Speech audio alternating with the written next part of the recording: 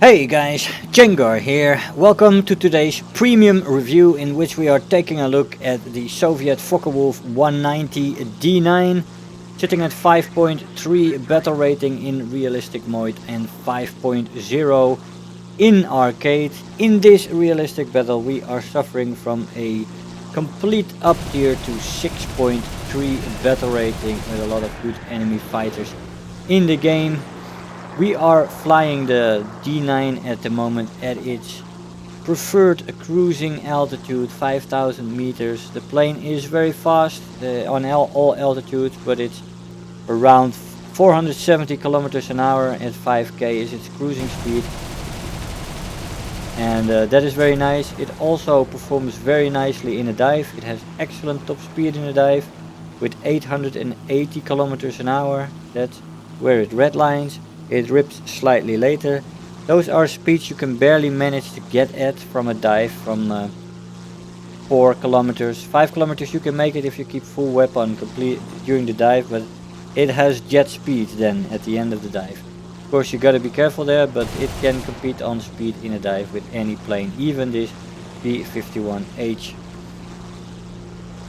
The plane has a great firepower. It has two 20mm MG-151 cannons and 250 rounds per gun. I used air targets for the 20s in this match. It also has two 13mm MG-131 machine guns in the nose, and it has 450 rounds per gun for those. The ammo load is fantastic on this plane. You have enough ammo load to take pot shots and to take some risky shots in there as well. Now the roll rate, as on all the Focke-Wulfs, is brilliant on this plane. You can outroll pretty much anything you face. Like I said, it is great at all altitudes and it has a high cruising speed. It does a fast plane and you can use that to your benefit. Especially in a dive you can easily get away from people or catch up to people, and with your roll rate you can really match their maneuvers and hopefully get your shot in. This plane is a very strict boom and zoomer, and that is nice. It's very good in that role, and the good energy retention the plane has in the horizontal definitely helps with that. Now what doesn't help this plane is its very bad flat turn time. Doesn't turn very well. In the past it was slightly more maneuverable, but they nerfed the elevator at some point. After that they improved the elevator a bit again, but it never got back to its old levels. And thus the Doras especially feel very stiff still in the Focke-Wulf family. Very stiff elevator. You gotta watch out at the end of your dive as well with that elevator, because it takes a long while to get out of that dive. And you need to stop and start turning with that elevator, get out of the dive, start pulling out as soon as possible when you get closer to the ground. Maneuverability isn't great on the higher speeds, although it can turn better than on the lower speeds. On the lower speeds it really is atrocious, and you can easily say that if you get caught from above on low speed in a 190 that you're dead meat. Except if you have some altitude on you and you can dive away. There's always a good insurance in the D9. Keep some altitude below you and you can always dive away and escape. That's always good to have. Now in this match we are left all alone. And we are facing a P-51H and a bear can, the cannon version. Unfortunately, stiff opposition. There's also a B-17 still here, so a 1 versus 3. And we're gonna have to see what we can do. Now I see this P-51H slightly veering off to the left, and I decide to pull full elevator here. I am damaged of course pretty heavily on the right wing, so I'm not completely in balance. I can't roll very well to the left.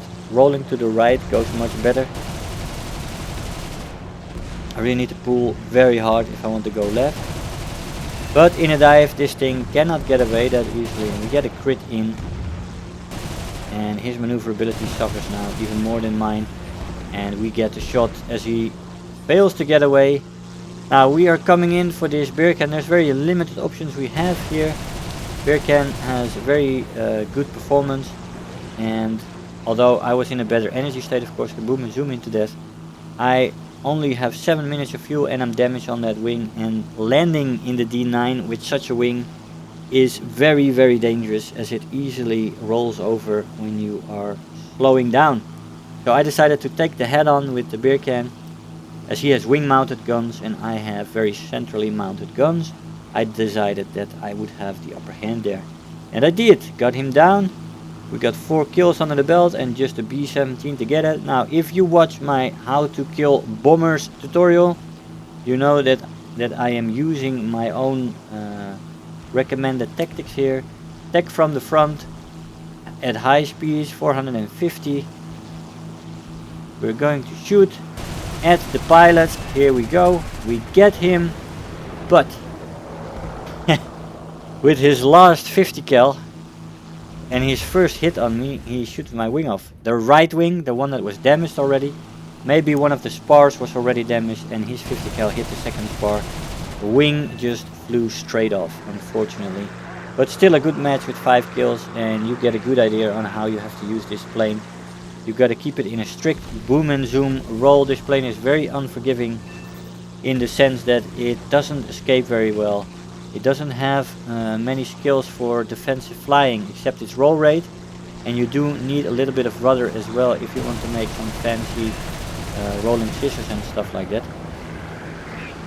But the elevator prevents that, so speed is really your best weapon. And if you keep it strict in that roll, you can still do a lot of damage, even in up tiers like the match we were in with P-51H's and Bearcans with the cannons. Very dangerous planes, but this plane can perform if you keep it very, very strict. Now, with that maneuverability, the flaps do help a little bit, but it doesn't improve your turn time very much, as we in the meantime, by the way, have landed in the AB match. And as you will see in this match, I will do very little fancy flying. I am keeping my plane very strictly in the boom and zoom roll, and I try to do that as disciplined as I can. Now, all in all, I do like the plane, I have to say. I've always loved the Focke-Wulf 190s. They are excellent planes for their role and its boom and zooming. And I really started to fly them and learn them in AB in my early flying days, when I flew only AB. I still have way more kills in AB than in RB. Still 27,000 kills or something. Those were the days when I could fly many hours each day. And I did back in the day.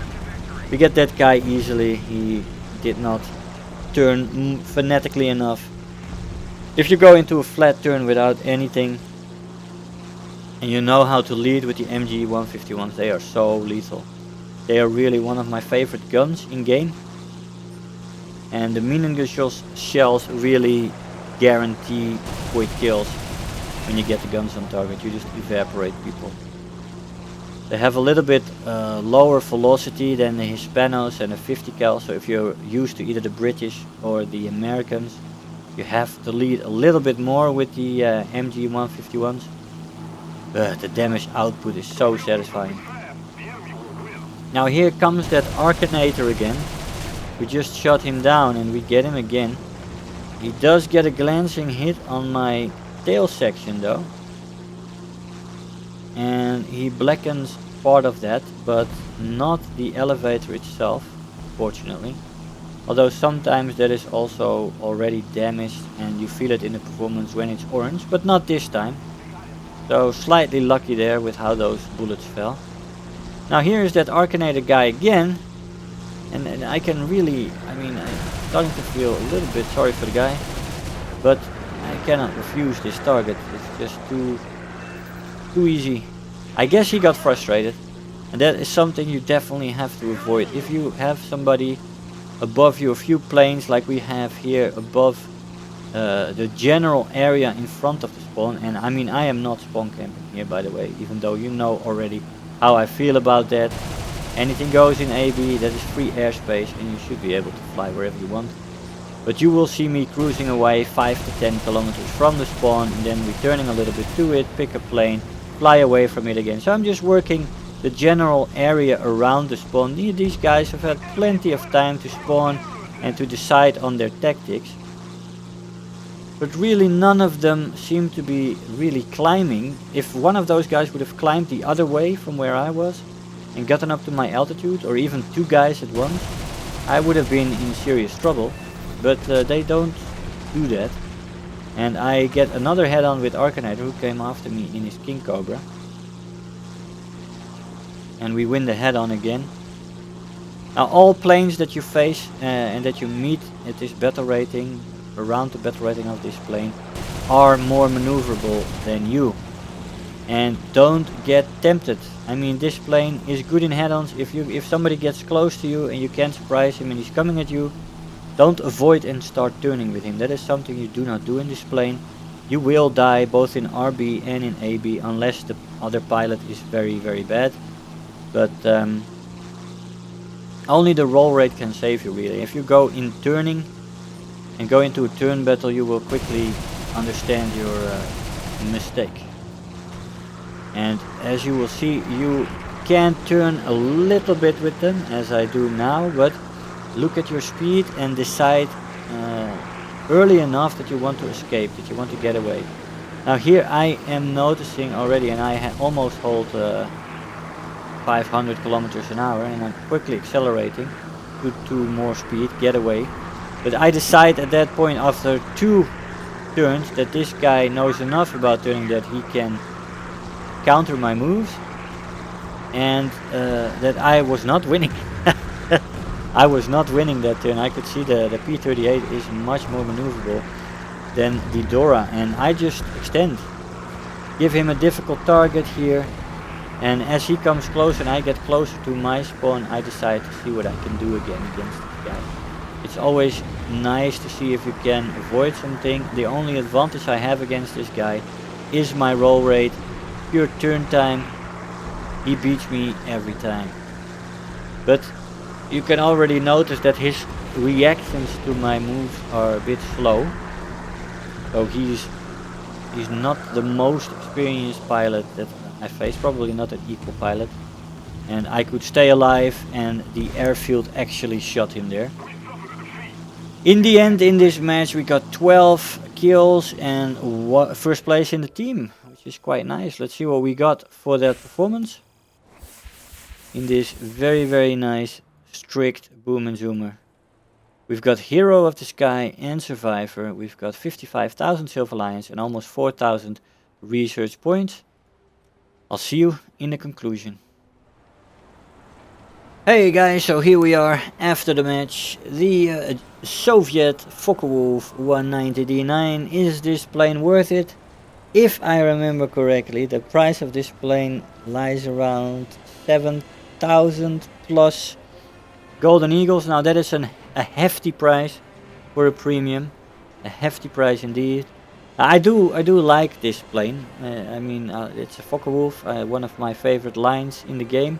It's good, it's very strict. It is definitely very unforgiving with its elevator and its survivability there. You can definitely do fun stuff with the rolling, but the rudder isn't much better either.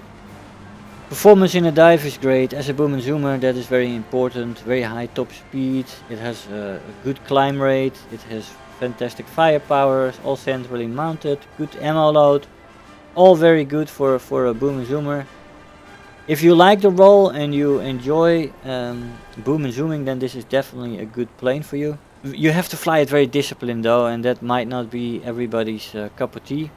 But as a boom and zoomer, and this being a premium plane and getting the rewards it gets, you can definitely unlock a large part of the Soviet tree with this thing. The last end of the tree. Very possible, and very nice guns, very effective. I like the plane. I would buy it if I was you. But it is a hefty price, so I cannot wholeheartedly recommend it, because there are some downsides to this plane, and to make it perform you need to fly it very disciplined and very strict in the boom and zoom roll. Guys, I hope you enjoyed the video. I want to thank you all for watching, and I'll see you guys next time. Bye bye. If you're new here, make sure to hit the subscribe button, become part of this community. If you are already a subscriber, don't forget to like the video, do leave me a comment, and if you really feel like helping out today, Make sure to share the video with your friends and let them know about the channel.